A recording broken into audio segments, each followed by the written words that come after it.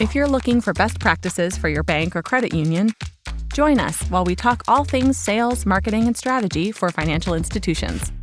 Let's make it happen with FiGrow Solutions.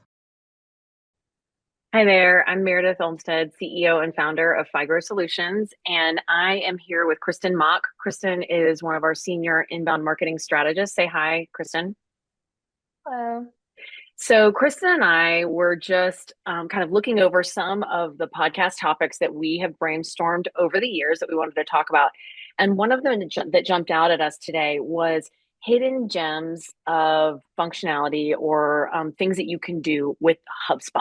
So basically, we just wanted to talk about 3 areas of the HubSpot tool that we love, that you might not be familiar with, or that you might not realize the tool includes, and you might not be taking full advantage of it. So it's just like kind of an informative topic. So I thought we would hit record and just chat about it. So the first one that I think we haven't always unpacked well for people, or people may not realize really sets the HubSpot tool apart, is the ability to utilize smart content. So when I say, first, before we talk about how it works, what is it, Kristin? Like when I say smart content, what does that mean? So it's content that's on any of your digital assets that is going to change based on the user. So Okay. So like a known basic characteristic. level, yeah. Yeah. So like a known characteristic, or like basically just the ability to change something out on an email or on a website page or a landing page of some kind based on some known factor, some known characteristic. So it's kind of how we talk about smart content. So the first thing I'll say is that it's not often built into other content management systems. So a lot of times it has to be layered in additionally with a plugin or something else in order to customize something or change a user experience. So it's really about, it's really kind of like an intuitive way or an intuitive piece of the tool that allows you to personalize the individual's experience based on what they've done, what their products and services they have are, where they live, some other known characteristic, or based on like recent behavior by them, something, a page they've visited, a link they've clicked, something like that. So some examples in terms of financial institutions, so credit unions and banks, we utilize smart content a lot. So what are some powerful ways that we kind of use it to help personalize the user experience, Kristin? Right. So a huge one is going to be your members or your customers versus a non-member or non-customer, somebody that's familiar with your brand, maybe has 1 or 2 of your products versus somebody that's brand new to knowing who you are. So the content that you're going to show them is going to be different on your website, different in the emails, different in the way that you talk to them. You're talking with a member about products that you know that they don't have, Right. compared to the products that you know that they do have. And then a non-member or a non-customer looking at more brand awareness, higher level, who you are, what makes you different as a financial institution. Something that, is also different about like the smart content versus even like a plugin. I've seen some of the plugins where you have to have 1 member and 1 non-member experience. You have 2 options. Smart content can work in layers. So when we talk about this member versus non-member content, it's not just we've got 2 different pages or 2 different emails. This isn't A or B. You can have the top message be the same. You can filter in layers. So the smart content is even smarter than I think some of the other layers that you're going to see from another CMS if you have a plugin or you have something bringing in. So I wanted to call that out because a lot of them we're going to talk about like 2 different comparisons, but it's not only 2 options. Yeah, and I think that one's really interesting, a really interesting difference because you don't just have one in a bank or a credit union. You don't just have one product or service that you're promoting, right? You have a suite of products and services that you are trying to utilize to deepen your relationship with your customers. You want to become their PFI, their primary financial institution. So you can actually set up your smart content to feature all 7 different high priority products or services in order of importance, and then you cycle through those options based on what that individual has. So say you have somebody who comes in who's a new mortgage customer, and they also have a savings account, and they have online banking set up because they're probably, maybe they're paying their bill pay through there, but they don't have a checking account. It would cycle through. You can set up your smart lists around the smart content in an email onboarding program, or in a homepage experience for that individual, where it would cycle through and know all of those things and be like, okay, I don't need to tell this person about bill pay. I don't need to tell them about online banking. Obviously, I don't need to tell them about a mortgage. They already have a mortgage. But hey, we need to hammer checking accounts, high yield checking, any kind of additional benefit that we might offer a mortgage account if they do move their checking account over and create direct deposit. So that would be where that smart content could become very impactful in that scenario. Also, like, real time for people who aren't existing customers is huge, right? Because you can say, opening an account is as easy as 1, 2, 3, and give them 1, 2, 3 quick steps, or switch to to save or whatever. And you have like a click switch service to switch bank accounts. You're not going to show that to people who already have accounts with you. So you would want to, hide that completely and change it to something more relevant. And so that's really important, for sure. Anything else you can think of in terms of smart content? Yeah, it doesn't just have to be a characteristic. It can also be based on behavior. So maybe auto loans isn't a huge push for you at the moment, but somebody's visiting your auto loans page, or they've engaged with an auto loans email that went out, then you know that that person right now is in the market for that with your financial institution. So that's huge. That's a very hot lead. And that's somebody that you definitely want to be showing them that auto loans content on your website as they peruse, as they come back. You also can email them, say, hey, I saw that you were on our auto loans page recently. Here's some more information about that product, Yeah. to just kind of help move them down the funnel. Yeah, absolutely helps with making sure you're showing the right content to the right person at the right time, because timing is key. Okay, so smart content is an amazing, quote unquote, hidden gem of HubSpot. So the next one was a hidden gem to me, because I did not even know about it when you told me about it. So tell us a little bit about the SEO website scan that is available now through HubSpot. I don't know how new this is, but of course I'm not as invested in working tactically in the tool as you are. And I think because you run all of our website projects, you really know a lot about these kinds of options. So there is an SEO website scan option now in the HubSpot tool. How does that work, and what does it do? Yeah, so if your website is hosted on HubSpot, it can obviously crawl all of the pieces of it. It's looking at your meta description, it's looking at every page, every image, and every like load speed and everything. HubSpot can see all of that. So underneath your little content menu, you've got SEO as an option, and it gives you recommendations. So you can tell it to scan your URL. It can take a few hours. So scan it, it'll email you when it's done, and come back. And HubSpot will give you recommendations. Say, hey, you've got 22 images that are a little bit slow to load. Here are some recommendations of file formats, or you should compress them, and give you recommendations and actually show you the pages those are on and exactly which images to fix. Meta descriptions that are too long or too short, duplicate content, broken links, incoming and outgoing.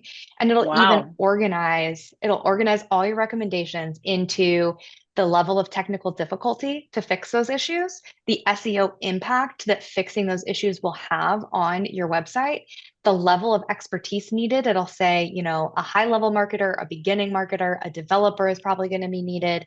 So you can sort those and be like, look, I'm a marketing assistant. I only know a little bit. So let me just take these, ones that are a little bit easier for me to fix, and then send some of the others to somebody else. So having all those filter options, you can have immediate impact on the SEO of your website. Fantastic. That's really cool. I mean, that's a lot of, sometimes we will go in and take a look at people's SEO for them. It sounds like at least some of those high level things that are, basic on page SEO elements that oftentimes you used to have to crawl them manually and take a look at them. It's now kind of doing all that for you. So that's pretty cool. So strategically, it might still need some expert guidance from somebody, but I think it's doing a lot of like the little small tactical implementation of checking different things for you. So that's pretty cool. Could definitely make things more efficient. Very, very cool. Where is that tool? Like when you go in, is it on the website side of the tool itself, of the HubSpot tool itself? So when you're you get the content menu. So you've got like your CRM, your marketing, like on your little left menu, you go into content, and then kind of down at the bottom, there's an option for SEO.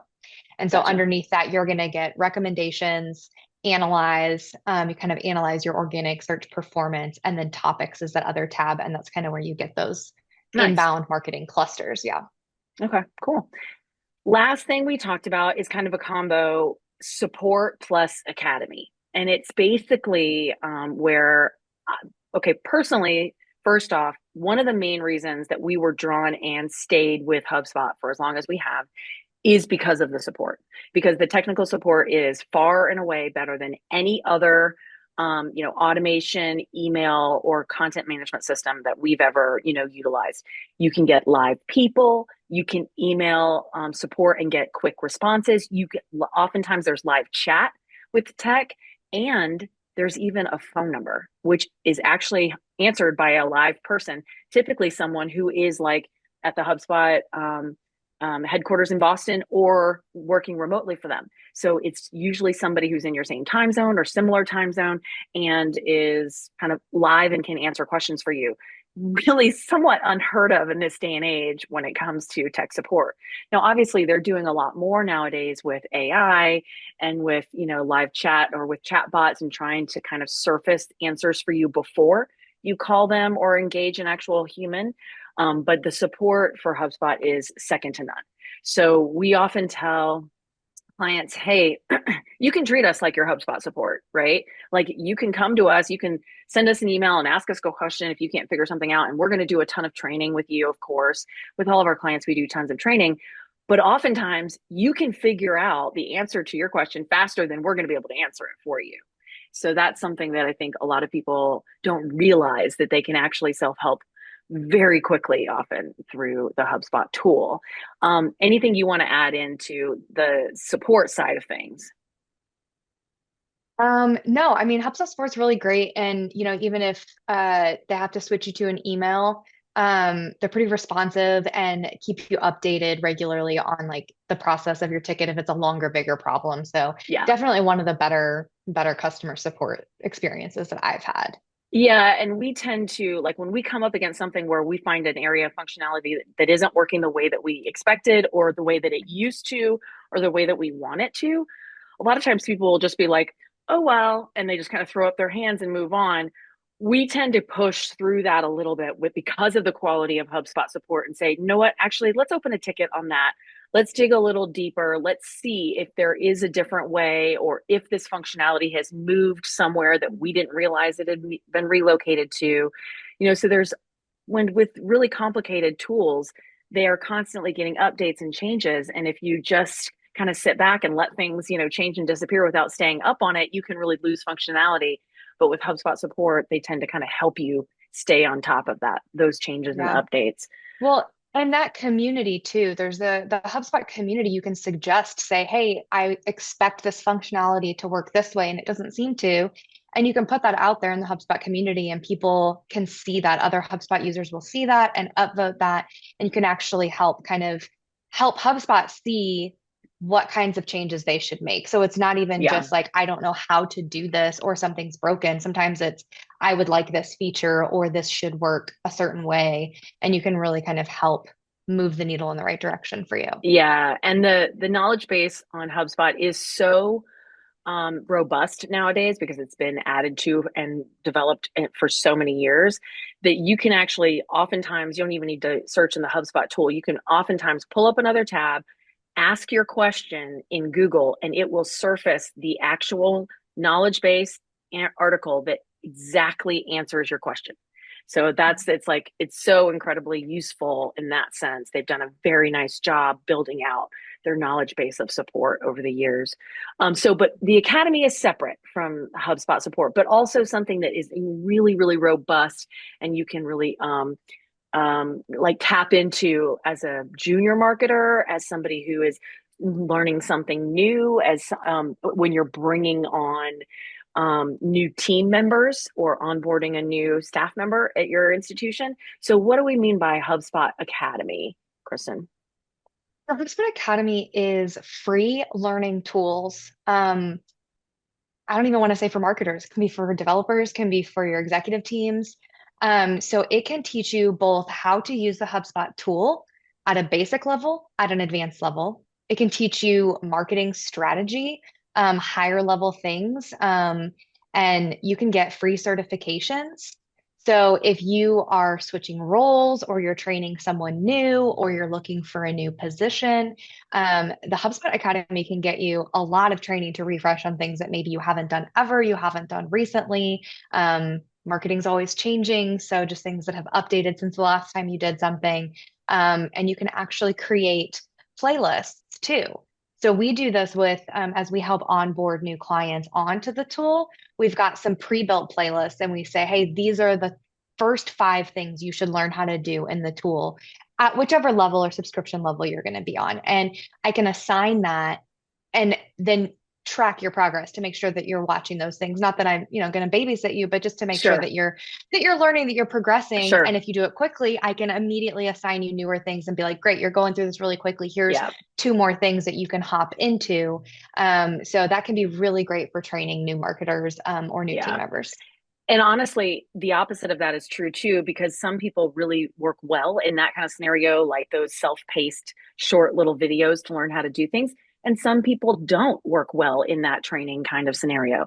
So we've had Danielle, she works in our sales training side of the team, and she will keep a kind of a close eye on some of the lenders or the team members that she works with. And if they're not pacing through some of the trainings that she's created or that she's put together for them, she can see, oh, you know what, let's do a one-on-one, or let's do a team call, and I'll review this information with them live, because they're obviously not, motivated to get through these videos, or these videos just weren't resonating with them, or whatever it is. So you can really use that to kind of tailor the training that you have with clients, existing clients or new clients, in positive directions. And the other cool thing about it is you can get certifications that can show off your expertise. So like I'm partner certified. I always have to be partner certified in order for the agency to be partner certified. But I've had, probably 5 or 7 different HubSpot certifications over the years. And all the team members on our team have lots of different varied certifications. And the other cool thing is that it's not just about HubSpot.